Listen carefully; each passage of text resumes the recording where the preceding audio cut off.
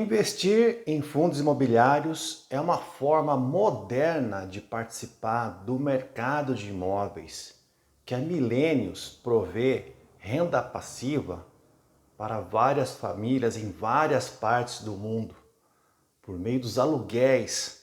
Então, a gente não precisa apenas aprender com quem investe em fundos imobiliários, nós podemos aprender também com quem participa do mercado de imóveis tradicional. Hoje eu vou contar a história de uma família de pedreiros. Esses irmãos pedreiros trabalhavam numa equipe. O irmão mais velho era o mestre de obras, o irmão do meio era pedreiro propriamente dito, e o irmão mais novo era servente de pedreiro, mas estava aprendendo a ser um bom pedreiro, para quem sabe um dia também poder ser um mestre de obras. E eles faziam casas para clientes numa cidade pequena do interior de São Paulo.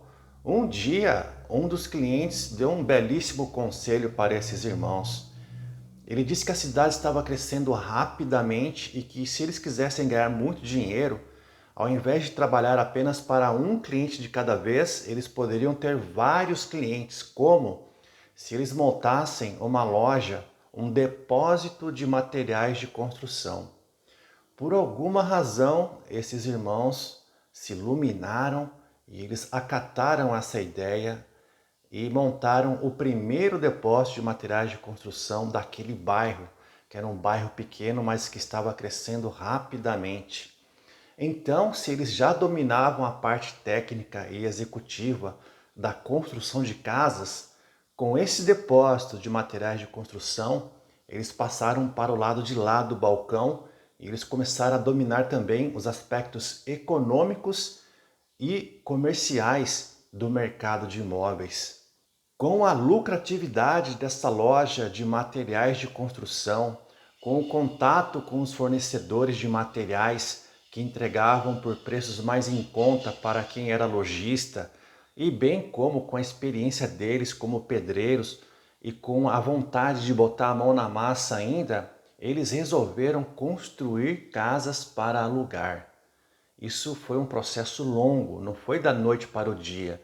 Sempre que sobrava um dinheiro, entre aspas, eles compravam um terreno pequeno, geralmente eles dividiam esse terreno em dois para construir duas casas para alugar. Assim, ao longo dos anos, eles formaram uma carteira de imóveis de aluguel para prover renda passiva para eles. Eles nem usavam esse termo renda passiva, mas eles achavam que isso seria a aposentadoria deles e foi.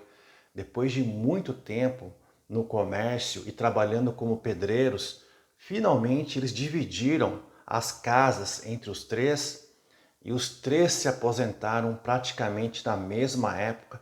Eles resolveram fechar esse depósito de materiais de construção para não precisar concorrer com os novos participantes do mercado, representando grandes marcas. Um deles, infelizmente, já não está mais entre nós, mas os outros dois levam uma terceira idade bem confortável.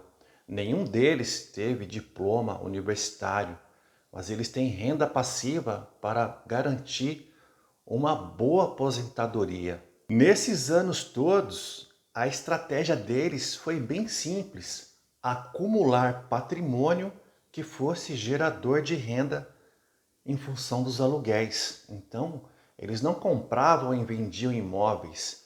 O negócio deles não dependia do ciclo do mercado imobiliário, como eu já citei em outro vídeo. Então, como eles não faziam casa para vender, eles não ficavam com imóveis encalhados de tempos em tempos em função de uma fase ruim da economia. Mas como eles construíam casas pequenas para poderem ser acessíveis para quem pudesse pagar aluguel, a fonte de renda que eles conseguiram obter era uma fonte muito confiável, porque embora o inquilino deixasse o imóvel de tempos em tempos, sempre tem pessoas precisando morar numa casa pequena que o aluguel caiba no bolso dessas pessoas. Quantas boas ideias para ganhar dinheiro eles deixaram de lado nesses anos todos, porque eles estavam focados na estratégia simples de construir casas para alugar. Várias ideias. E aqui nós podemos extrair boas ideias e boas lições para quem investe em fundos imobiliários. A principal delas é evitar o giro de carteira e priorizar o acúmulo de patrimônio gerador de renda passiva. Imagine que para construir uma casa para alugar, você vai levar de 6, 7, 8 meses. Esse é um prazo comum para a construção de uma casa pequena. Depois que uma obra começa, você vai até o final com ela. Não é aconselhável abandonar uma obra ou vender uma obra no meio. Por mais que um terreno mais interessante tenha aparecido ali perto, você não vai vender uma casa em construção para comprar um outro terreno e começar outra construção só porque o potencial dela é maior. Primeiro você termina de construir essa casa e se aquele terreno ainda estiver livre no mercado, e se você tiver condições de comprá-lo na sequência, ótimo, faça isso. Mas você precisa se concentrar primeiro em terminar aquela casa que você começou a construir. Nós podemos usar essa lógica na formação de uma carteira de fundos imobiliários. Se você identificou um fundo com ótimos fundamentos, que paga um bom dividendo, que tem uma boa relação entre preço da cota e valor patrimonial, um patrimônio líquido bem substancioso, se você identificou que esse é um fundo que vale a pena ir para a sua carteira, você poderá levar meses para montar a posição decente nesse fundo. Nesse período de 6, 7, 8 meses no qual você está montando posição nesse fundo, esse período pode ser alongado até um ano, você vai concordar que não é preciso ficar olhando para 200 outros fundos imobiliários ou fiagros ou mesmo para outras ações de empresas que pagam dividendos, porque se você tem uma meta de construir uma posição de tantos mil reais nesse fundo, é legal você cumprir essa meta até o final. Logicamente, você não precisa vender esse fundo se aparecer uma outra oportunidade muito clara. Você para de montar a posição nesse fundo e passa a montar a posição em outro fundo. Mas você não precisa vender um bom fundo porque apareceu um melhor. Os dois podem conviver na sua carteira. Essa é a vantagem de investir em fundos imobiliários ao invés de construir casas para alugar. Você pode carregar mais posições simultaneamente. Nesses meses e mesmo nesses anos que você está construindo uma carteira de fundos imobiliários, podem surgir na tela outras opções para investimentos, podem aparecer investimentos com um potencial de retorno muito maior.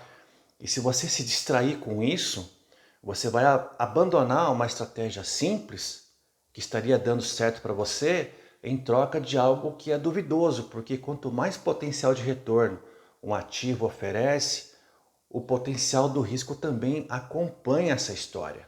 Então, terminar algo que você começou é muito importante, especialmente se você está seguindo uma estratégia simples e eficiente para a acumulação de patrimônio e renda passiva. Quem abandona o ótimo em busca da excelência corre o risco de ficar sem nada. Não estou dizendo que buscar a excelência é errado. O que você não pode fazer é abandonar o que é ótimo. No mais, um grande abraço e até a próxima!